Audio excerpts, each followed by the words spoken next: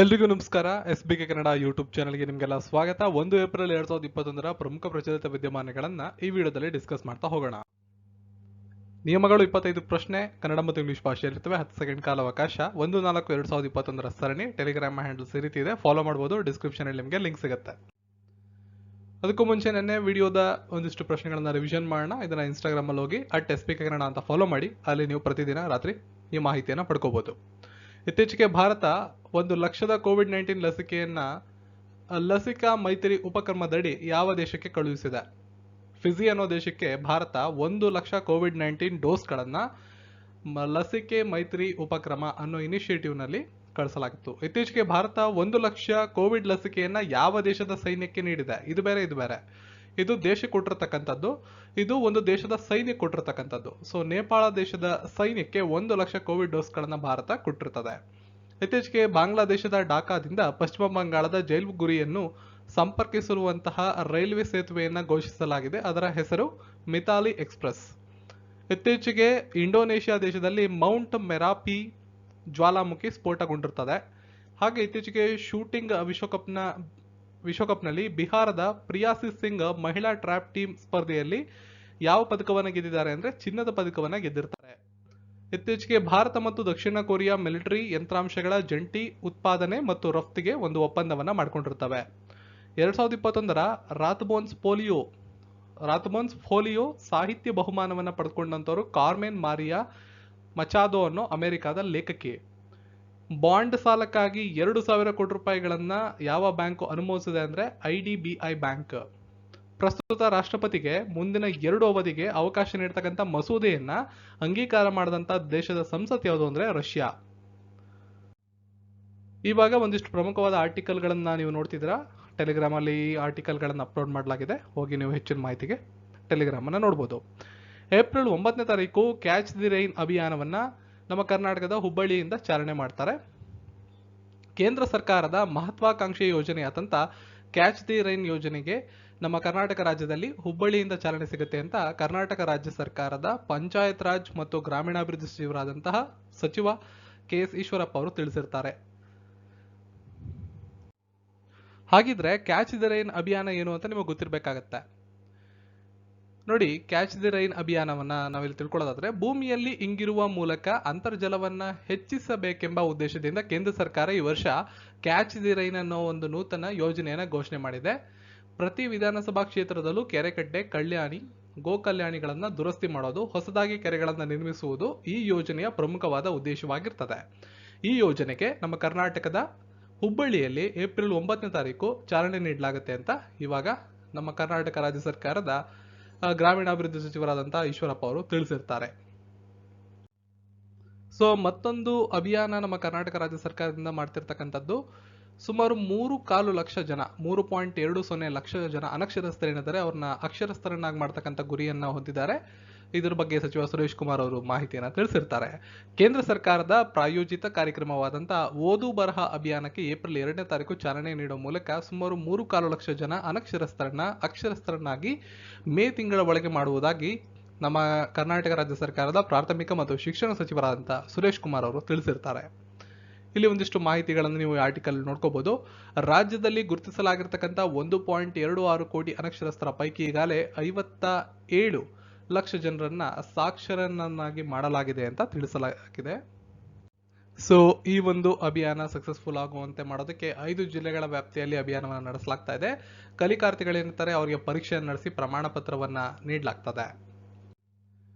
Khelo India ಒಂದು sports game ಏನಿದೆ ಅದಕ್ಕೆ ಯೋಗಾಸನವನ್ನ ಸೇರ್ಪಡೆ ಮಾಡಲಾಗಿದೆ. ಈ ವರ್ಷದಿಂದ ಖೇಲೋ ಇಂಡಿಯಾ ಕಿರಿಯರ ಕ್ರೀಡಾಕೂಟದಲ್ಲಿ ಯೋಗಾಸನವನ್ನ ಸೇರ್ಪಡೆಗೊಳಿಸಲಾಗಿದೆ ಅಂತ ಕೇಂದ್ರದ ಕ್ರೀಡಾ ಸಚಿವರಾದಂತಹ ಕಿರಣ್ ರಿಜಿಜು ಅವರು ಲೋಕಸಭೆಯಲ್ಲಿ ತಿಳಿಸಿರ್ತಾರೆ. ಯೋಗಾಸನವನ್ನ ಸ್ಪರ್ಧಾತ್ಮಕ ಕ್ರೀಡೆಯನ್ನಾಗಿ ಅಭಿವೃದ್ಧಿಪಡಿಸಬೇಕು ಅನ್ನೋ ಒಂದು ಸಲುವಾಗಿ ಈ ಯೋಜನೆಯನ್ನ ಕೈಗೆತ್ತಿಕೊಂಡಿರುವುದಾಗಿ ಅವರು ತಿಳಿಸಿರ್ತಾರೆ. ಇದೇ ವೇಳೆ ರಾಷ್ಟ್ರೀಯ ಯೋಗಾಸನ ಕ್ರೀಡಾ ಫೆಡರೇಷನ್ ಅನ್ನ ಈ ಒಂದು ಫೆಡರೇಷನ್ಗೆ ದೇಶದಲ್ಲಿ ಯೋಗಾಸನವನ್ನು ಅಭಿವೃದ್ಧಿಪಡಿಸೋದಕ್ಕೆ ಕ್ರೀಡಾ ಸಚಿವಾಲಯದಿಂದ ಮಾನ್ಯತೆ ನೀಡುವುದಾಗಿ ಕೂಡ ಅವರು ತಿಳಿಸಿರ್ತಾರೆ. ಕಿರಣ್ ರಿಜಿಜು ಅವರು ಪ್ರಸ್ತುತ ಕೇಂದ್ರದ ಕ್ರೀಡಾ ಸಚಿವರಾಗಿ ಕೆಲಸ ಮಾಡ್ತಿರ್ತಾರೆ. So Khelo India youth games ಏನಿದೆ, ಈ ವರ್ಷದಿಂದ ನಡೀತಕ್ಕಂಥ ಖೇಲೋ ಇಂಡಿಯಾ ಯೂತ್ ಗೇಮ್ಸ್ ಅಲ್ಲಿ ಯೋಗಾಸನವನ್ನು ಕೂಡ ನಾವು ನೋಡಬಹುದಾಗಿದೆ. ಈಗ ಪ್ರಶ್ನೋತ್ತರಗಳನ್ನ ಶುರು ಮಾಡ್ತಾ ಹೋಗೋಣ. ಅಂತಾರಾಷ್ಟ್ರೀಯ ಟ್ರಾನ್ಸ್ಜೆಂಡರ್ ಗೋಚರತೆಯ ದಿನವನ್ನ ಯಾವಾಗ ಆಚರಣೆ ಮಾಡ್ತಾರೆ?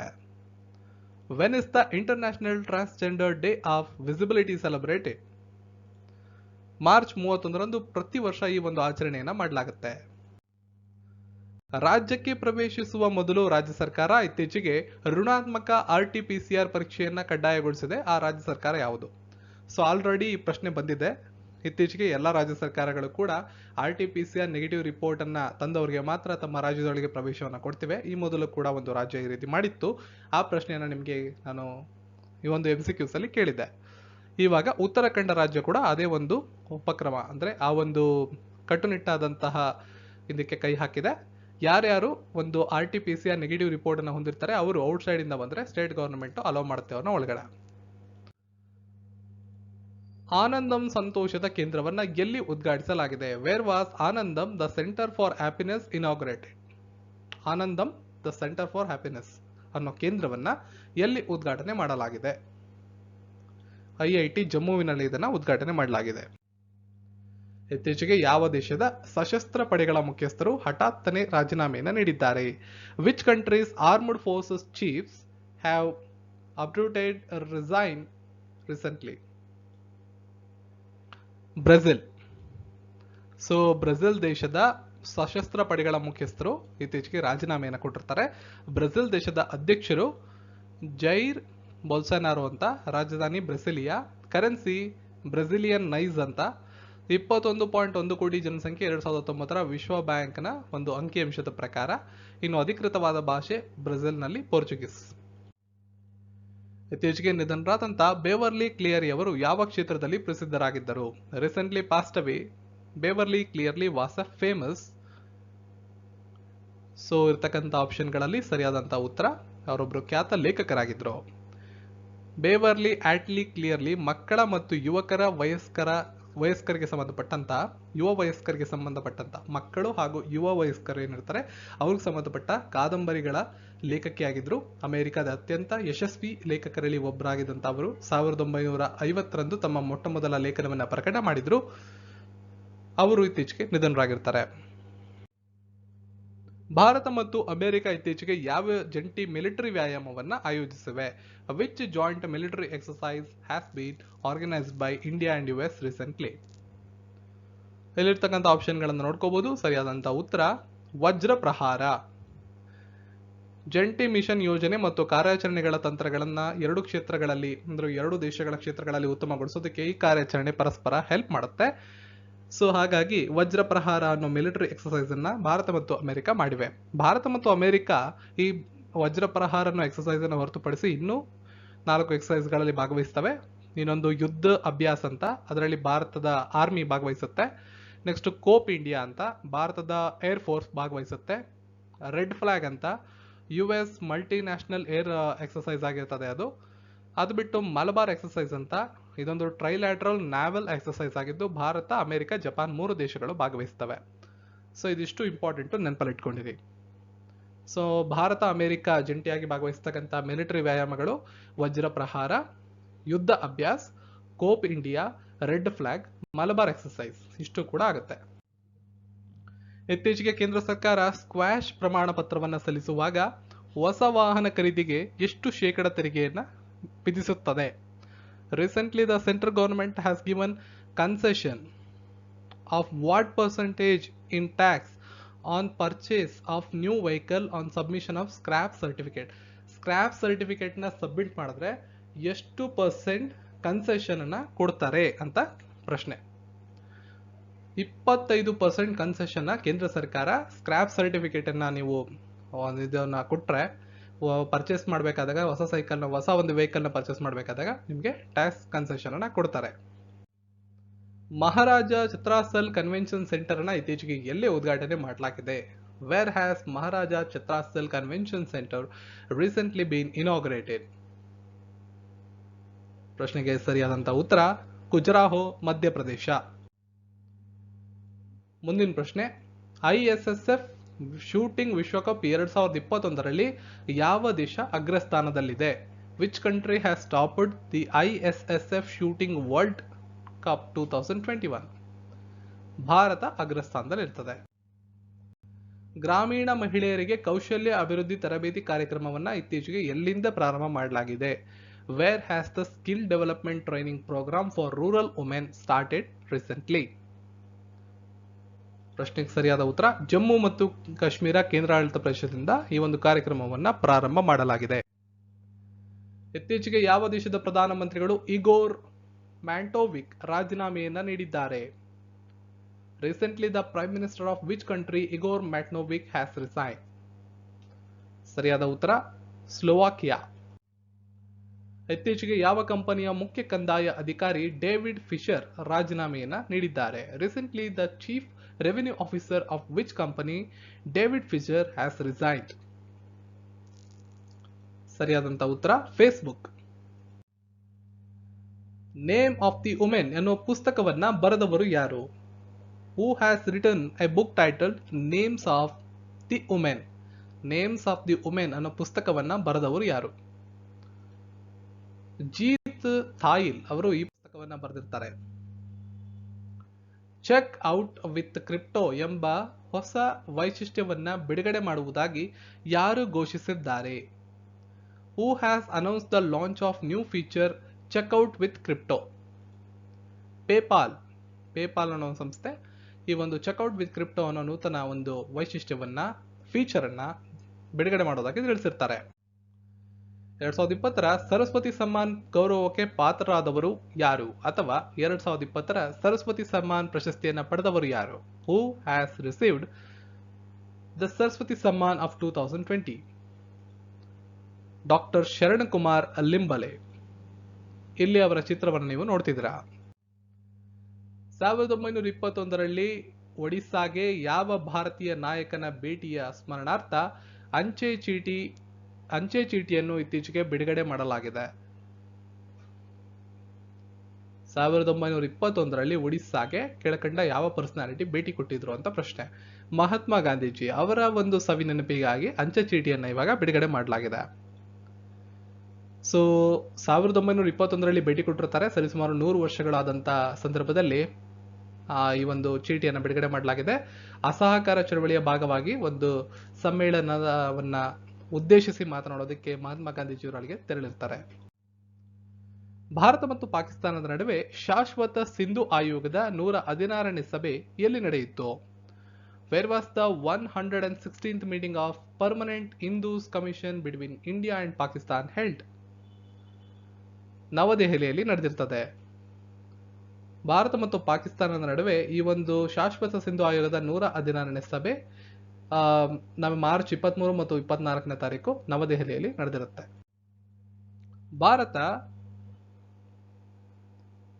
ಭಾರತದ ಯುಪಿಎಸ್ಸಿ ಮತ್ತು ಅದರ ಪ್ರತಿರೂಪವಾದ ನಡುವಿನ ಒಪ್ಪಂದಕ್ಕೆ ಕೇಂದ್ರ ಕ್ಯಾಬಿನೆಟ್ ಅನುಮೋದನೆ ನೀಡಿದೆ.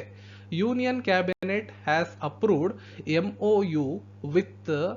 MOU between UPSC of India and its counterpart of which country? ಸರಿಯಾದ ಉತ್ತರ Afghanistan. So memorandum of understanding ಅಂತ ಕರಿತೀವಿ MOU.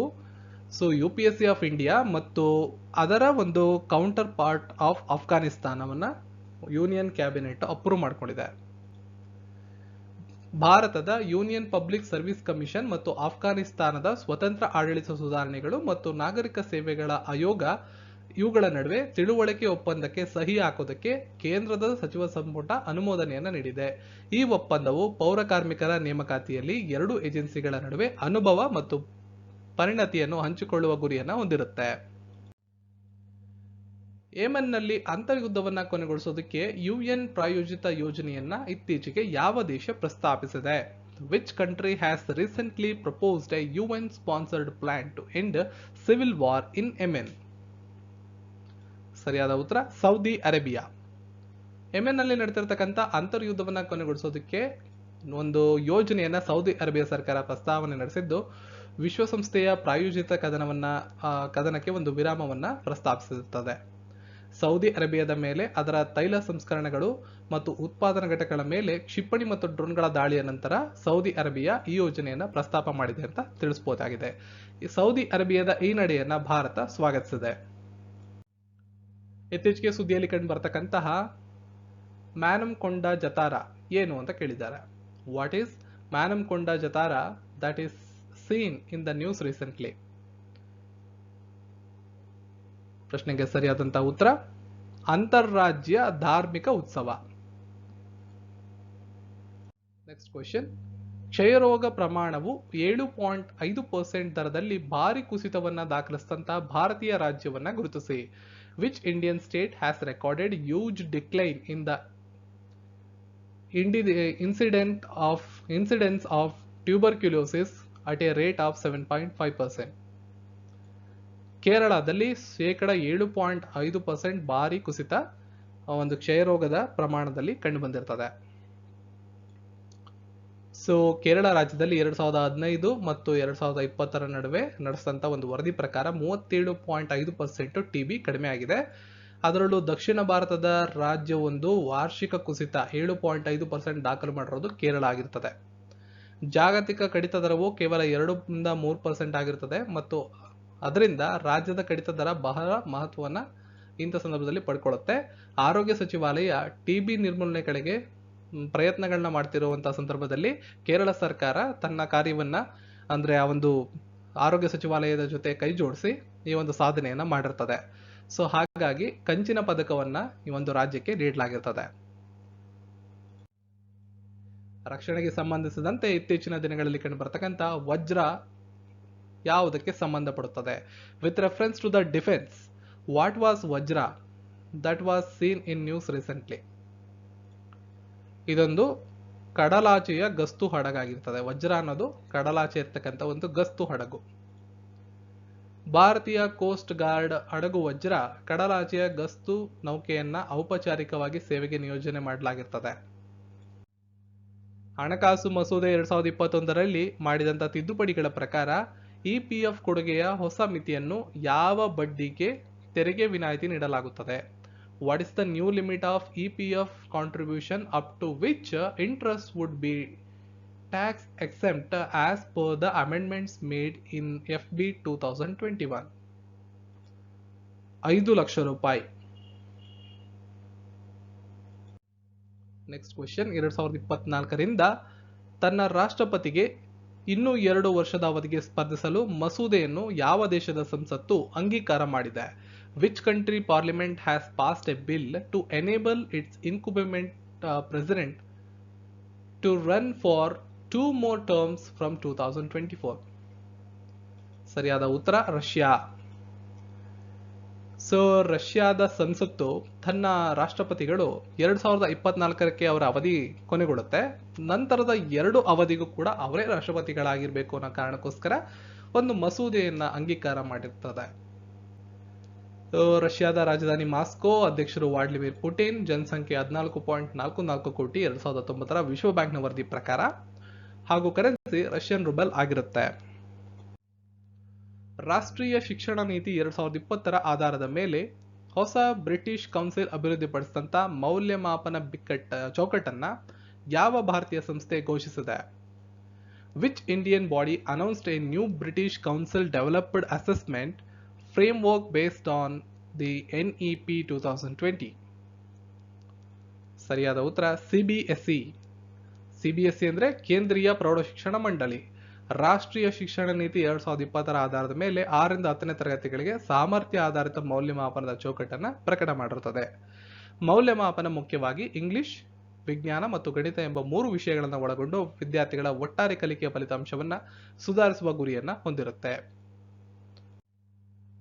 ಇತ್ತೀಚೆಗಿನ ಅಧ್ಯಯನದ ಪ್ರಕಾರ ಭಾರತದಲ್ಲಿ ಸಂಭವಿಸುವ ಶಾಖದ ಅಲೆಗಳು ಯಾವ ಪ್ರದೇಶದ ಉಷ್ಣತೆಗೆ ಕಾರಣವಾಗುತ್ತವೆ? As per the recent study, the heat wave occurring in India is due to the warming up of which region? Arctic Pradesh heat ಆಗೋದ್ರಿಂದ ಈ ಒಂದು ಸಂದರ್ಭ ಉಂಟಾಗ್ತದೆ ಅಂತ ಹೇಳ್ಬೋದಾಗಿದೆ. ಭಾರತ ಬ್ರೆಜಿಲ್ ಸಂಶೋಧಕರೊಂದಿಗೆ ಇತ್ತೀಚಿನ ಒಂದು ಅಧ್ಯಯನವನ್ನು ನಡೆಸುತ್ತೆ. ಡೆಡ್ಲಿ ಇಂಡಿಯನ್ ಹೀಟ್ ವೇವ್ಸ್ ನ ಒಂದು ಅಧ್ಯಯನವನ್ನು ನಡೆಸ್ತವೆ. ಡೆಡ್ಲಿ ಇಂಡಿಯನ್ ಹೀಟ್ ವೇವ್ಸ್ಗೆ ದೊಡ್ಡ ಪ್ರಮಾಣದ ಸಂಪರ್ಕ ಅನ್ನೋ ಶೀರ್ಷಿಕೆಯಡಿ ಒಂದು ಸಂಶೋಧನಾ ಲೇಖನವನ್ನು ಬಿಡುಗಡೆ ಮಾಡಲಾಗುತ್ತೆ. ಆ ಒಂದು ಲೇಖನದಲ್ಲಿ ಈ ವಿಷಯವನ್ನು ನಾವು ಕಾಣಬಹುದಾಗಿದೆ. ನೆನ್ನೆ ಪ್ರಶ್ನೆ, ಗರಿಷ್ಠ ಅಂತಾರಾಷ್ಟ್ರೀಯ ವಿಮಾನ ನಿಲ್ದಾಣಗಳನ್ನು ಹೊಂದಿರತಕ್ಕಂಥ ರಾಜ್ಯದ ಬಗ್ಗೆ ಕೇಳಿದ್ದೆ. ಉತ್ತರ ಪ್ರದೇಶ ಸರಿಯಾದಂತಹ ಉತ್ತರ ಕೊಟ್ಟಂತ ಎಲ್ರಿಗೂ ಧನ್ಯವಾದಗಳು. ಇವತ್ತಿನ ಪ್ರಶ್ನೆ, ಗ್ಲೋಬಲ್ ವಿಂಡ್ ರಿಪೋರ್ಟ್ 2021 ಪ್ರಕಾರ ಗಾಳಿ ಉದ್ಯಮಕ್ಕೆ ಉತ್ತಮ ವರ್ಷ ಯಾವುದು? 2018, 2019, 2020, 2021. ನಿಮ್ಮ ಉತ್ತರವನ್ನ ಈ ವಿಡಿಯೋದ ಕಾಮೆಂಟ್ ಸೆಕ್ಷನ್ ಅಲ್ಲಿ ಹೋಗಿ ತಪ್ಪದೆ ಕಾಮೆಂಟ್ ಮಾಡಿ. ವಿಡಿಯೋನ ನೋಡಿದಂತ ಎಲ್ಲರಿಗೂ ಧನ್ಯವಾದಗಳು. ಈ ವಿಡಿಯೋ ನಿಮ್ಗೆ ಏನಾದ್ರು ಇಷ್ಟ ಆಗಿದ್ರೆ ಈ ವಿಡಿಯೋನ ಲೈಕ್ ಮಾಡಿ, ಚಾನಲ್ನ ಸಬ್ಸ್ಕ್ರೈಬ್ ಮಾಡ್ಕೊಂಡು ಬೆಲ್ ಐಕನ್ ಕ್ಲಿಕ್ ಮಾಡಿ, ಆಲ್ ಅಂತ ಸೆಲೆಕ್ಟ್ ಮಾಡಿ. PDF ಬೇಕಾದ್ರೆ ಡಿಸ್ಕ್ರಿಪ್ಷನ್ ಇರೋ ಫಸ್ಟ್ ಲಿಂಕ್ ಅನ್ನ ಕ್ಲಿಕ್ ಮಾಡಿ sbkkannada.com ವೆಬ್ಸೈಟ್ಗೆ ಹೋಗಿ PDF ಅನ್ನ ಪಡ್ಕೋಬಹುದು. ರಿವಿಷನ್ಸ್ ಏನಾದ್ರು ಪಡ್ಕೊಳ್ಳೋಂಗಿದ್ರೆ ಇನ್ಸ್ಟಾಗ್ರಾಮ್ ಅಲ್ಲಿ ಫಾಲೋ ಮಾಡಿ. ಉಳಿದಂತೆ ಸೋಷಿಯಲ್ ಮೀಡಿಯಾ ಹ್ಯಾಂಡಲ್ಸ್ ಈ ವಿಡಿಯೋದ ಡಿಸ್ಕ್ರಿಪ್ಷನ್ ಇದೆ, ಫಾಲೋ ಮಾಡಬಹುದು. ಮಾರ್ಚ್ ತಿಂಗಳ ಪ್ರಚಲಿತ ವಿದ್ಯಮಾನಗಳನ್ನು ನೋಡೋಂಗಿದ್ರೆ ಎಂಡ್ ಸ್ಕ್ರೀನ್ ಅಲ್ಲಿ ಇವಾಗ ಬರುತ್ತೆ ಪ್ಲೇ ಲಿಸ್ಟ್, ಅದನ್ನ ಕ್ಲಿಕ್ ಮಾಡಿ ಸಂಪೂರ್ಣವಾಗಿ ನೋಡಬಹುದು. ಅಥವಾ ವಿಡಿಯೋದ ಬಲಭಾಗದ ಲೈವ್ ಬಟನ್ ಇದೆ, ಕ್ಲಿಕ್ ಮಾಡಿ, ಅಲ್ಲೂ ಕೂಡ ವಿಡಿಯೋನ ನೋಡಬಹುದು. ಸಿಗೋಣ ಮತ್ತೊಂದು ವಿಡಿಯೋ ಒಂದಿಗೆ. ಎಲ್ರಿಗೂ ಧನ್ಯವಾದಗಳು.